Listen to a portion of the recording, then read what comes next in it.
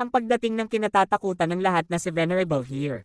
Hello guys, ngayon ay pag-uusapan natin ang Chapter 11 ng Dragon Ball Kakume, pero bago nga po ang lahat ay mag-subscribe na kayo sa ating YouTube channel para lagi kayong updated sa ating mga video about Dragon Ball content.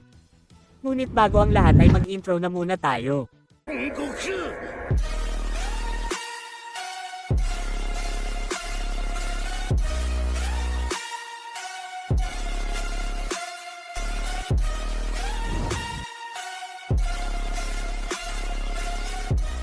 Bago tayong magsimula ay mag-recap muna tayo sa last chapter. At sa last chapter nga ay naglaban nga si Vegeta at si King Sadala, ngunit dahil nga sa talino nitong si Vegeta ay naipaliwanag nga nito sa King ang advantage ng pagkakaroon ng Super Saiyan form sa laban at ang magandang dulot nito sa kanilang bayan. Dahil dito ay nagkasundo na nga si King Sadala at si Vegeta. At sa last chapter nga din ay ating nakita ang Universe 0 at Universe 14 na may naganap nga na isang pagsabog, at sinabi nga din sa last chapter na ito nga daw ay magiging isang malaking banta sa lahat. At dito na nga papasok ang chapter 11 na pinamagatan Amarin, Venerable Air. At sa unang panel nga ay atin makikita itong God na dahan-dahan nang gumigising. At sa moment na ito after ng magising nitong God na ito ay atin makikita itong isang mortal na kasalukuyan nakatayo sa harap nito.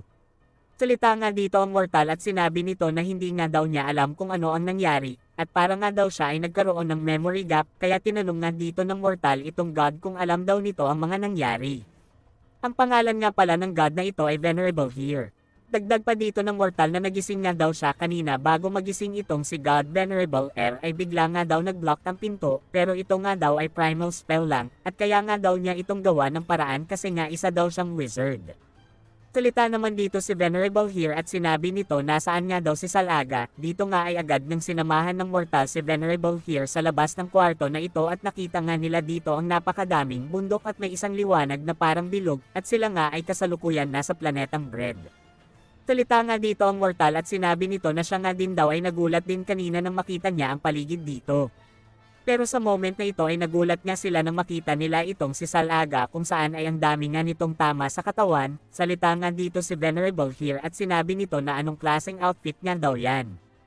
Sagot nga dito si Salaga at sinabi nito na impossible nga daw niya magising itong sila Venerable here noong mga oras na ito nga ay natutulog, kaya habang tulog nga daw itong sila Venerable here ay lumabas nga daw siya sa kwarto na ito para tignan kung ano nga daw ang nasa labas ng lugar na ito, at nakaharap nga daw niya dito ang parang mga creatures na gawa sa mga pure energy. At noong oras nga daw na na-adapt niya ang mga ito ay nakaramdam nga daw siya ng sigla sa katawan. Kaya naging patient ako at i-manage ko na ma-absorb ang capacity vitality ng mga ito, dahilan kaya nagawa kong ma-overcome ang mga ito. Pero kahit na mahirap makipaglaban sa mga yon ay ayos lang, hindi lang naman ang pagkakaroon ng experience ang habol ko kung hindi ang maprotektahan kayo Lord Venerable Air, at ngayon nga ay naging matagumpay na ito.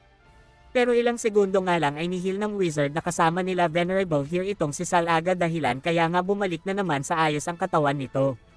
Salita naman dito si Venerable here at sinabi nito na ganun pala. Pero sa moment na ito ay may sinabi nga dito si Salaga kay Venerable here, wika nga nito na ang mga bewitchment o mga mangkukulam ay may katulad na lakas nga daw na meron si Dramal. Dahil nga sa sinabi nito ay nagulat nga dito ang mortal at sinabi nito na ano. Bakit naman gusto tayong ikulong nitong si Dramal? Salita nga din dito si Venerable here at sinabi nito na yan nga din daw ang nasa isip niya, dagdag pa nito na kung meron nga daw contact ang mga ito kay Dramal at Zeus, pero mas maganda kung pupuntahan natin sila sa kanilang mismong planeta. At inutusan na nga dito ni Venerable here ang wizard para nga i-summon ang mothership nila. Dito nga ay ni-summon na ng mortal ang napakalaking mothership na gagamitin nila sa pagpunta sa planeta nila Zeus. At habang naglalakad na nga sila para sumakay sa spaceship at nagawa nga dito ni Salaga ma-check or ma-sense ang condition nitong si Venerable here, nakita nga niya na hindi nga daw maayos ang heartbeat nitong si Venerable here at pati na rin ang pagdaloy ng dugo nito. Kaya agad nga nitong tinawag si Venerable here at sinabi nito na kung ano man daw ang mangyari, alam daw niya na tama ang desisyon na gagawin nitong si Venerable here. Sagot nga dito ni Venerable here na hindi nga daw siya nagpapanggap. Sa next panel naman ay atin makikita dito sila Piccolo at Pan nakasalukuyan nag-training, makikita nga natin na malaki na talaga ang naging improvements dito ni Pan na talagang nakapagpasaya dito kay Piccolo. At ang mga kasama nga nitong si Piccolo na kapwa na mech yan niya ay malaki na din ang naging improvements kung usapang physical combat.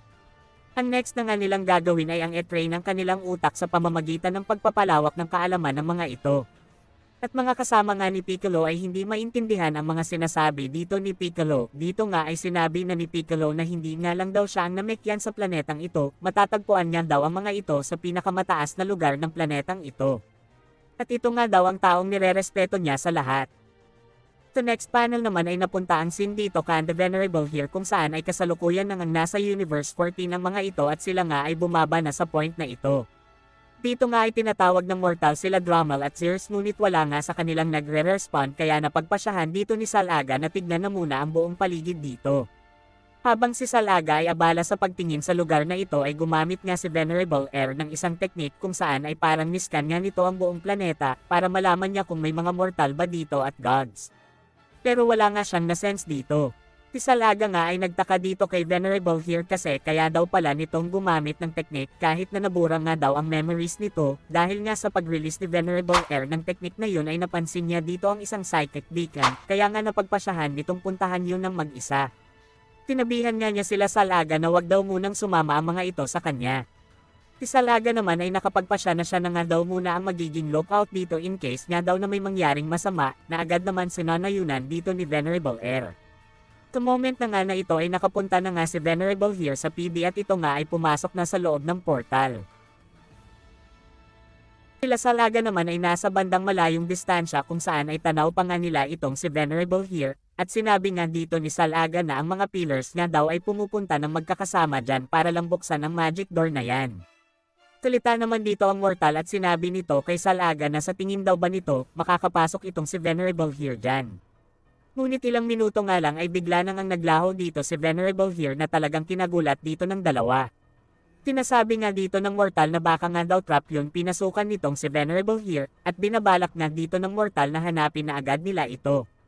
Si Salaga naman ay nagsalita dito at sinabi nito na nararamdaman pa nga daw niya ang presensya nito at base nga daw sa nasa-sense niya ay nasa ibang dimension nga daw ito. Sa moment na ito ay nag-focus nga si Salaga sa pag-send sa lokasyon kung nasaan nga itong si Venerable here, at once nga daw na malaman niya ang lokasyon nito ay sisirain na nga daw niya ang planeta na ito para lang mapuntahan si Venerable here. Na agad naman sinanayunan dito ng mortal. Sa kabilang banda naman ay napunta ang scene dito kay Venerable here, makikita nga natin na naghanda na nga ito sa pamamagitan ng pagpapalabas ng isang weapon. Pero ilang segundo nga lang ay lumabas nga dito ang kay ng Universe 14 na si Zhao. At sinabi nito na matagal na nga daw niya itong inaantay halos 6 months na nga daw, dagdag pa dito ni Zhao na sumunod ka sa akin, lahat nga daw ay naaayon na sa kanilang inaasahan na plano. Sagot nga dito ni Venerable here na tayo. Salita nga ulit si Zhao at sinabi nito na oo, hayaan mong ipakita ko sayo. Dagdag pang sabi dito ni Zhao na si Venerable here nga lang daw ang nag-iisang nakapunta dito. Sagot nga dito si Venerable here at sinabi nito na nasaan ba tayo. Sagot nga dito ni Zhao na tayo ay nasa altar ng angels, kung saan ay ito nga ang pinaka-center ng angels universe, at ito nga din ang ginagamit ng mga angels once na sila ay may concern sa isang bagay. Dito nga ay atin makikita ang isang baston ng angel, sa moment na ito ay pinakapitan ni Zhao kay Venerable here ang baston at biglang ang may nagpakita dito na parang isang video, kung saan ay atin makikita itong si Drommel na sinasabi na sila nga daw ay kasalukuyan wala nga daw sa real world. Si Venerable Air nga daw ay nakakaranas ng amnesia sa mga oras na ito. At dagdag pa nga dito ni Drommel na hayaan mong i-refresh ko ang iyong memory. Kami ay binura ng Omni King ng magkakasama ng isang segundo lang habang ikaw ay nagsasanay ng mga araw na yon. Pero may isang pangyayari naman kung saan ay naibalik kaming lahat ng binura ni Omni King dahil nga sa isang kahilingan ng mortal gamit ang Super Dragon Ball. After namin ma-restore ay may nag-approach sa akin na sinasabi ng lahat na siya ang Mother of all Angels na dating kasamahan ng Omni King. At sinabi niya sa amin na kailangan baguhin ang hierarchical and childish madness at ipatigil ito. Dahil dito ay napagpasyahan namin na puntahan ang Grand Priest para makomprontahin na ito. Pero wala pang ilang segundo ay naisil kami ng Grand Priest habang ikaw ay nasa planetang Bread at nagkaroon ka na ng amnesia nun, nakikita ko na isa yan sa epekto ng teknik ng Grand Priest.